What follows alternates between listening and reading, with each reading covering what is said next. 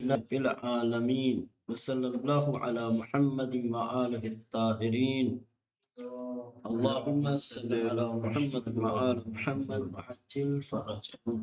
خوب اختیاری مشق یہاں سے پڑھنا ہے۔ یہ جو اختیاری مشق ہے یہ آپ کی معلومات میں اضافے کے لیے دی گئی ہیں۔ اگر آپ توجہ کے ساتھ محنت کے ساتھ اس مشق کو انجام دیں گے تو اس کا نتیجہ یہ ہوگا کہ آپ کی معلومات میں اضافہ ہوگا۔ کچھ قرآن کی آیتیں اور عبارتیں ہیں اور سامنے نئے الفاظ کے معانی دیے گئے۔ آیتوں کو پڑھ کے الفاظ کے معانی کو سمجھ کے پھر ترجمہ کرنا ہے۔ ربنا انک جامع الناس لیوم لا ریب فیہ ان اللہ لا یخلف المیعاد۔ جامع اسم فاعل ہے، جمع کرنے والا، میعاد یعنی وعدہ، لا یخلف اگر لا کے ساتھ منفی بنا کر کے پڑھتے ہیں تو وہ خلاف ورزی نہیں کرتا ہے۔ مثبت لا کو اگر حذف کر دیں گے تو یہ مثبت ہو جائے گا، یخلف وہ خلاف ورزی کرتا ہے، لیکن یہاں منفی استعمال ہوا ہے، لا یخلف وہ خلاف ورزی نہیں کرتا۔ چلے ترجمہ کیا ہوگا؟ ربنا انک جامع الناس، ربنا ہمارے پروردگار، بے شک تو جامع الناس لوگوں کو اکٹھا کرنے والا ہے، جمع کرنے والا ہے، لیوم لا ریب فیہ اس دن کہ جس دن میں کوئی شک و تردید نہیں ہے۔ ان اللہ لا یخلف المیعاد، بے شک اللہ خلاف ورزی نہیں کرتا وعدے کی، بے شک اللہ وعدے کی خلاف ورزی نہیں کرتا ہے۔ یہ ربنا جو ہے یہاں پہ ایک حرف منادہ محذوف ہے، سمجھ رہے ہیں؟ یا ربنا فرض کر ایسے تھا، اے میرے پروردگار، اے ہمارے رب، بے شک تو لوگوں کو جمع کرنے والا ہے۔ السلام علیکم۔ علیکم السلام۔ آغا کیسے پتا چلے ہمیں کہ یہ حرف منادہ ہے؟ یہ ربنا حسب ہے، پتہ چل رہا ہے نا، آپ خطاب کر رہے ہیں، پکار رہے ہیں، آواز دے رہے ہیں، آغا ربنا سٹارٹنگ میں یاد تو نہیں لگا تو نہیں لگا ہے، حسب کر دیا ہے نا قرینے کی وجہ سے۔ اچھا جی جب کسی سے خطاب، کسی کو آواز دی جاتی ہے، کسی کو پکارا جاتا ہے، جی آغا کہا جاتا ہے۔ اب دوسری بات یہ ہے کہ ربنا جو آیا ہے جی با کے اوپر آپ کو کیا دکھ رہا ہے مولانا؟ زبر ہاں دکھ رہا ہے نا؟ ہاں؟ جی تو جی یہ مضاف ہے گویا، نا مضاف الیہ ہے۔ جی جی منادہ مضاف کا اعراب کیا ہوتا ہے؟ آغا وہ تو پیش ہوتا ہے نا آغا؟ منادہ مضاف منصوب ہوتا ہے نا، منصوب نہیں تو یہ آغا ہونا چاہیے تھا ربنا انک جامع۔ ہاں ربنا جو آیا ہے جی اس سے جی بھی پتہ چل رہا ہے کہ حرف منادہ یا یہاں پہ تھا جو قرینے کی وجہ سے حذف ہو گیا ہے۔ ٹھیک واضح ہوا؟ جی آغا تھوڑا جی تھوڑا سمجھ میں آؤں۔ چلیں دوسری آیت، فَكَيْفَ إِذَا جَمَعْنَاهُمْ لِيَوْمٍ لَا رَيْبَ فِيهِ، کیف کیسے کس طرح، جمعنا ہم جمع کریں گے، یا ہم نے جمع کیا ہے، یا ہم جمع، اذا آیا ہے نا جمعنا، ہاں ہم نے جمع کیا یا ہم جمع کریں گے۔ فَكَيْفَ پس کس طریقے سے، اذا جمعناہم جب ہم ان لوگوں کو جمع کریں گے، لیوم لا ریب فیہ اس دن جس دن کے بارے میں کوئی شک نہیں ہے۔ بس کس طرح سے ہم ان لوگوں کو جمع کریں گے اس دن جس دن کے بارے میں کوئی شک نہیں ہے۔ تیسری آیت اننی انا اللہ لا الہ الا انا فاعبدنی واقم الصلاۃ لذکری ان الساعۃ آتیہ.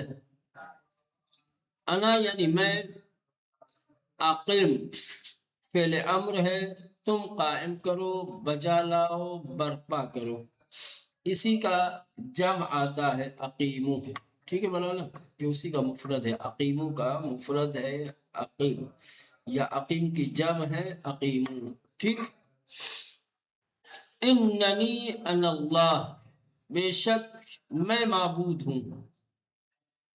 اننی بے شک میں معبود ہوں، میں خدا ہوں.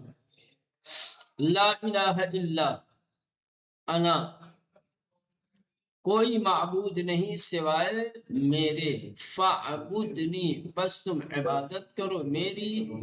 واقم الصلاۃ، اور نماز برپا کرو. لذکری، میری یاد کے لیے. ان الساعۃ آتیہ، بے شک قیامت آنے والی ہے یا آئے گی. آتیہ یعنی آئے گی. ان الساعۃ، بے شک قیامت، آتیہ آنے والی ہے یا آئے گی.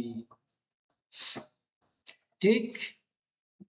آیت نمبر 4 وَأَنَّ السَّاعَةَ آتِيَةٌ لَا رَيْبَ فِيهَا وَأَنَّ اللَّهَ يَبْعَثُ مَنْ فِي الْقُبُورِ.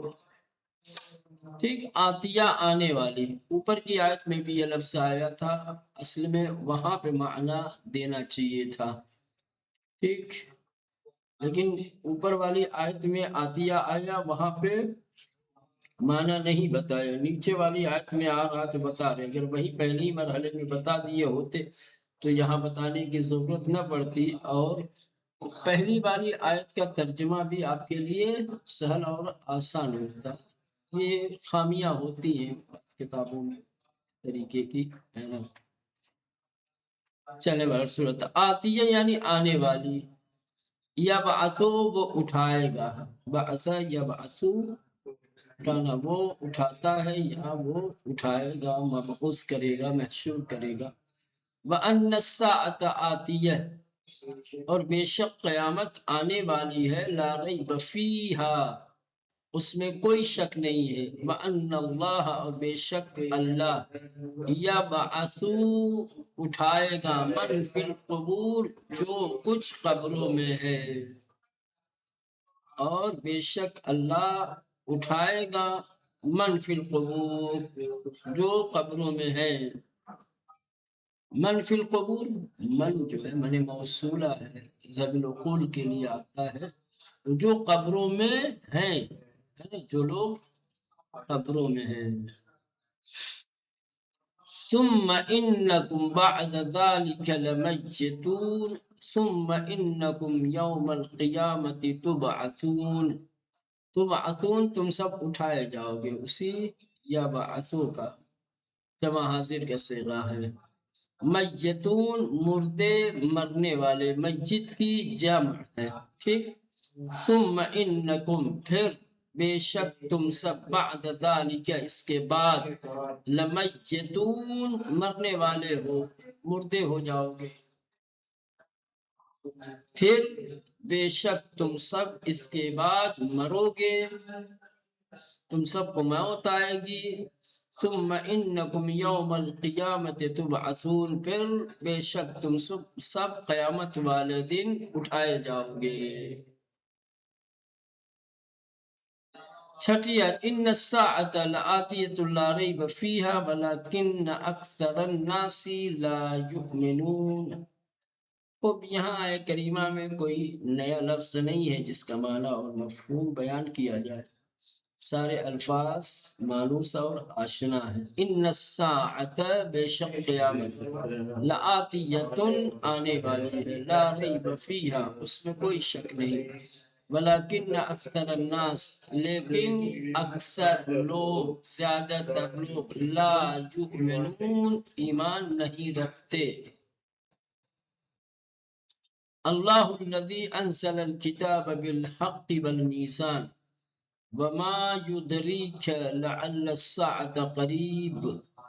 اس میں بھی کوئی نیا لفظ نہیں ہے آیت کریمہ میں، سارے لفظ واضح ہیں۔ اللہ الذی، خدا وہ ہے جس نے انزل الکتاب، نازل کیا کتاب کو، بالحق، حق کے ساتھ، والمیزان، اور میزان کے ساتھ، وما یدریک، اور تم کیا جانو، تم کیا سمجھو، لعل الساعۃ قریب، شاید قیامت قریب ہو، وما یدریک، اور تم کیا جانو، وما ادراک، ٹھیک، ماضی ہے یہ، وما یدریک، اور تم کیا جانو، لعل الساعۃ قریب، شاید ہو سکتا ہے قیامت نزدیک ہو، قریب ہو۔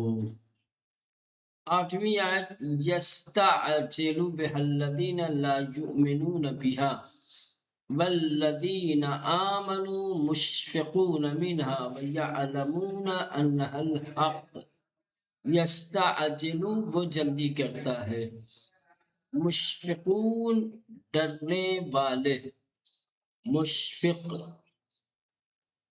ڈرنے والا، مشفقون، ڈرنے والے، ٹھیک، یستعجل بها الذین، جلد بازی کرتے ہیں اس کے ذریعے وہ لوگ، لا یؤمنون بها، جو ایمان نہیں رکھتے اس پر، جو ایمان نہیں رکھتے اس پر، والذین آمنوا، اور وہ لوگ جو ایمان لائے، مشفقون منہا، ڈرنے والے ہیں اس سے، وَيَعْلَمُونَ، اور وہ سب جانتے ہیں، انہا الحق، بے شک وہ حق ہے یا برحق ہے۔ بات یہاں بھی قیامت کی، یستعجل بها الذین، یستعجل، جلدی کرتا ہے یا جلد بازی کرتے ہیں، یستعجل بها الذین، جلد بازی کرتے ہیں اس کے ذریعے وہ لوگ جو اس پر ایمان نہیں رکھتے، یعنی قیامت کے سلسلے میں جو لوگ ایمان نہیں رکھتے وہ بڑی جلدی فیصلہ کر لیتے ہیں، وہ بڑی جلدی کہہ دیتے ہیں کہ قیامت کچھ نہیں ہے، بغیر اس کے کہ اس حقیقت کو سمجھیں، ضرورت معاد کو سمجھیں، قیامت کی دلیلوں کو سمجھیں، یا غور و فکر کریں اس کے بارے میں اور کسی نتیجے تک پہنچیں اور پھر جواب دیں، یا انکار کریں، فوری طور پر انکار کرتے۔ جو لوگ قیامت پر ایمان نہیں رکھتے وہ اس کے انکار میں جلدی کرتے ہیں، ڈرتے نہیں ہیں انکار کرنے سے، لیکن جو لوگ قیامت پر ایمان رکھتے ہیں وہ ڈرتے ہیں، اور وہ لوگ جانتے ہیں کہ قیامت کیا ہے، برحق ہے۔ الا ان الذین یمارون فی الساعۃ لفی ضلال بعید، یمارون، وہ سب جھگڑا کرتے ہیں، وہ سب اختلاف کرتے ہیں، مولانا یمارون، ہم لوگ اگر اپنی سادہ زبان، وہ سب مار کرتے ہیں، مار کرنا اسی سے لیا گیا ہے، یمارون، ہمیں مار جھگڑا،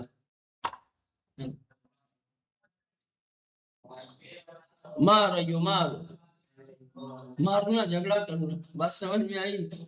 دیکھیں جب نالج بڑھتی ہے آدمی کے نئے نئے الفاظ سے آشنا، تو بہت سارے ہمارے جو دیہاتی الفاظ ہیں، گاؤں کے جو الفاظ ہیں، جو ہماری مادری زبان میں اور دیہاتی زبان میں جو کلمات بولے جاتے ہیں، بہت سارے ایسے ہیں جو ہم سمجھتے ہیں مولانا کہ یہ بمعنی ہے یا ایسے ایجاد کر دیے گئے ہیں، ہے نا، جبکہ وہ دوسرے زبان کے اچھے الفاظ سے لیے گئے ہیں، زمانہ الفاظ سے لیے گئے ہیں۔ اب یہ مولانا مار یمارو، ہے نا، ہمارے یہاں کیا بولتے، مار ہو گئی، ہے نا، جھگڑا۔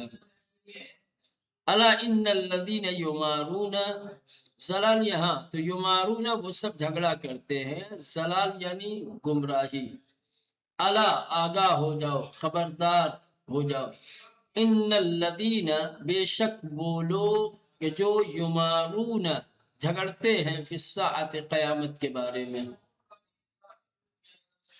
آگاہ ہو جاؤ کہ جو لوگ قیامت کے بارے میں لڑتے جھگڑتے ہیں، بحث و تکرار کرتے ہیں، لفی ضلال بعید، وہ گمراہی میں ہے. لفی ضلال بعید، وہ بڑی دور کی گمراہی میں ہے، بڑی گمراہی میں. دور کی گمراہی مولانا یہ ایک طریقے سے کنایا ہے. بعید کا مطلب ہوتا ہے دور. ضلال بعید، دور کی گمراہی، یعنی یہ گمراہی میں بہت آگے نکل چکے ہیں مولانا، یعنی بڑے گمراہ ہیں. سمجھ رہے ہیں؟ پہلا دور کی گمراہی کیا ہوتا ہے؟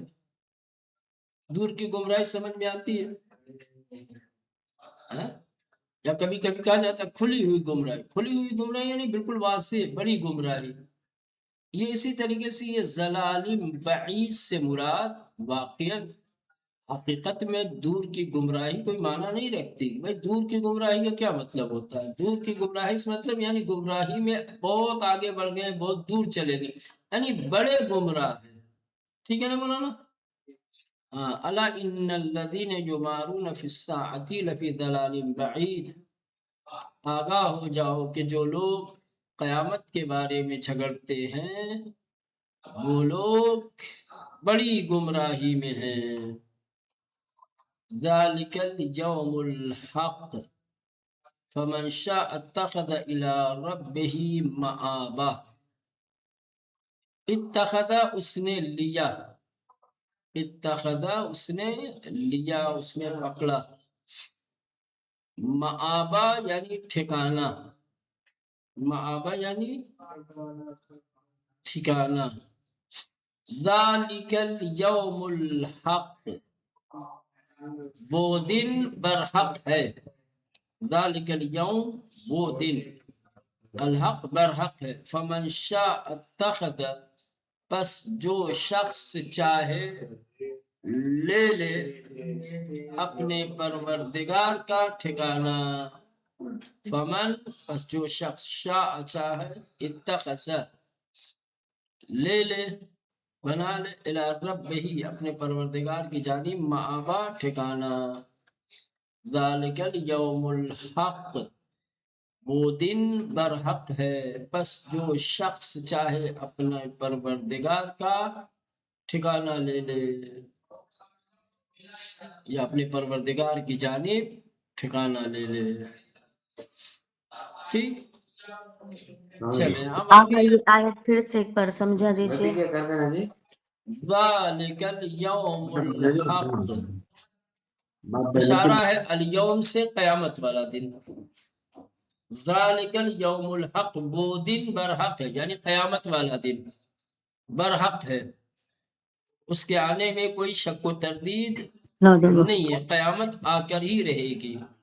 فمن شاء اتخذ الی ربہ مآبا، پس جو شخص چاہے اپنے پروردگار کی جانب لے لے ٹھکانہ، یعنی قیامت والا دن انسان کے لیے اضطراب کا، بے چینی کا، مشکلات کا دن ہوگا. کسی کو کہیں ٹھکانہ نہیں ملے گی. لہذا جو شخص قیامت والے دن اضطراب سے بچنا چاہتا ہے، اپنے آپ کو نجات یافتہ دیکھنا چاہتا ہے، اسے چاہیے کہ اپنے پروردگار کی پناہ میں اور اس کے ٹھکانے کو تلاش کرے.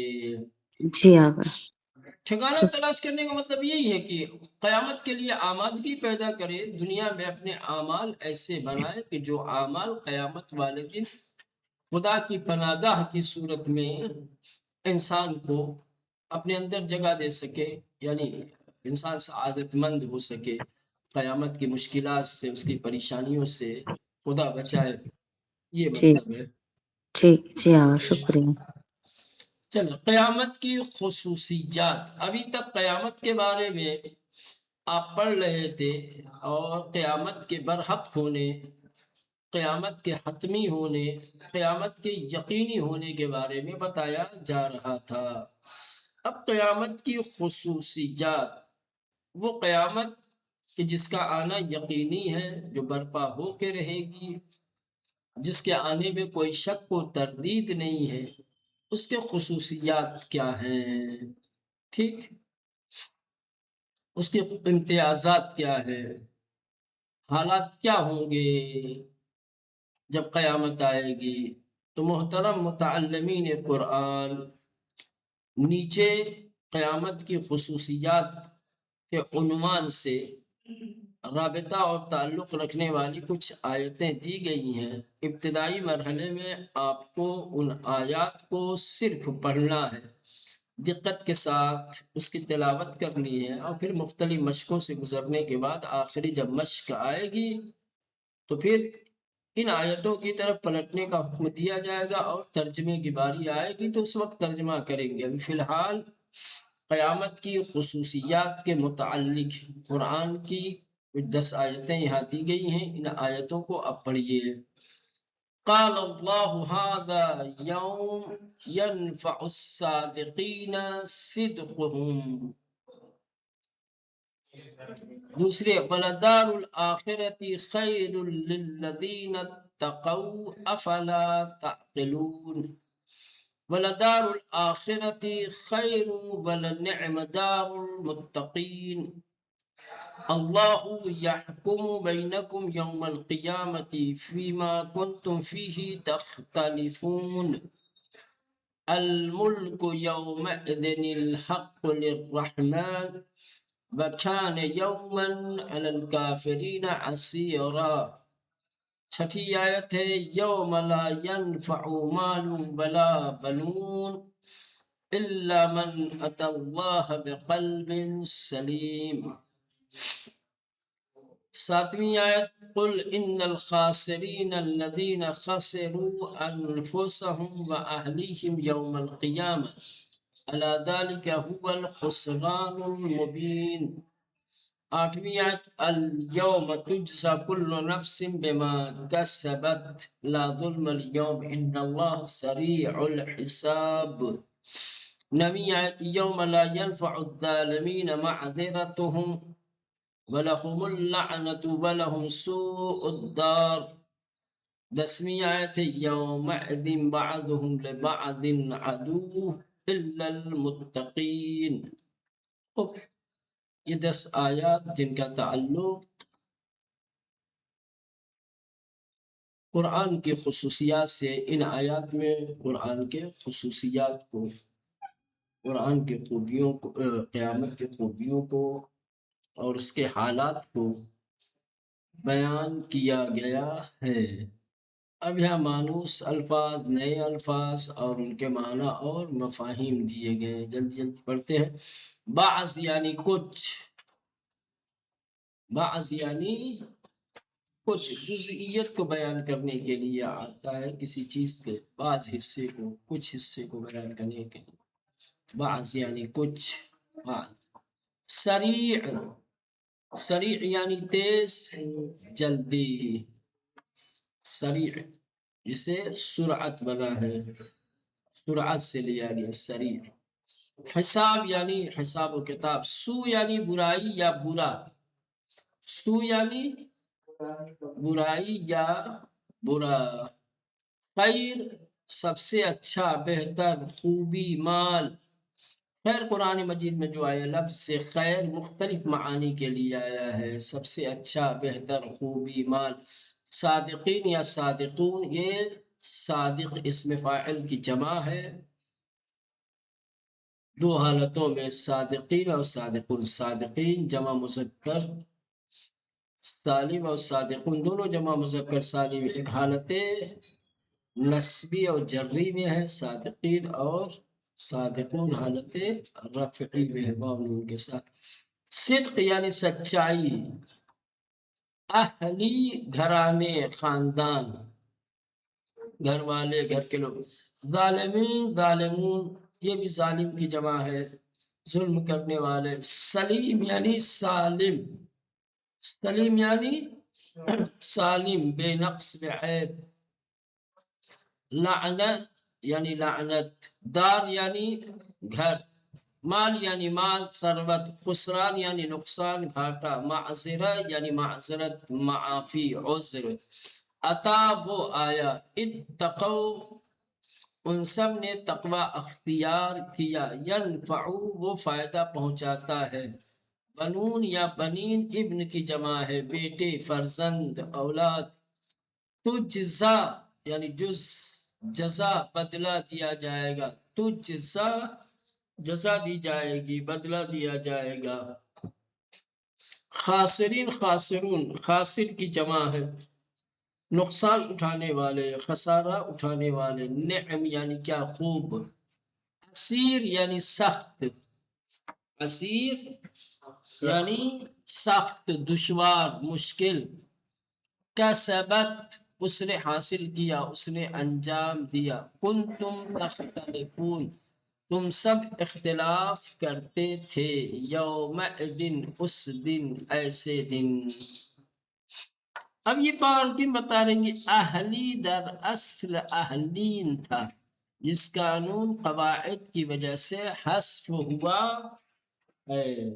کس قاعدے کے تحت نون حذف ہو گیا مولانا بتائیں گے؟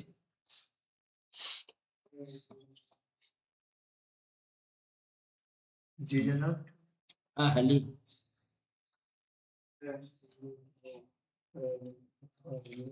کہہ رہے ہیں کہ اہلی اصل میں اہلین تھا، یہ مضاف ہونے کی وجہ سے، ہاں جس قانون قواعد کی وجہ سے حذف ہوا ہے، نون حذف کر دیا ہے آخر میں، جی ہے نا، اہلین اہل کی جمع تھا یا نون کے ساتھ، تو نون حذف ہو گیا، تو جمع کا نون کس قاعدے کے تحت حذف ہوتا ہے، وہ کون سا قاعدہ ہے؟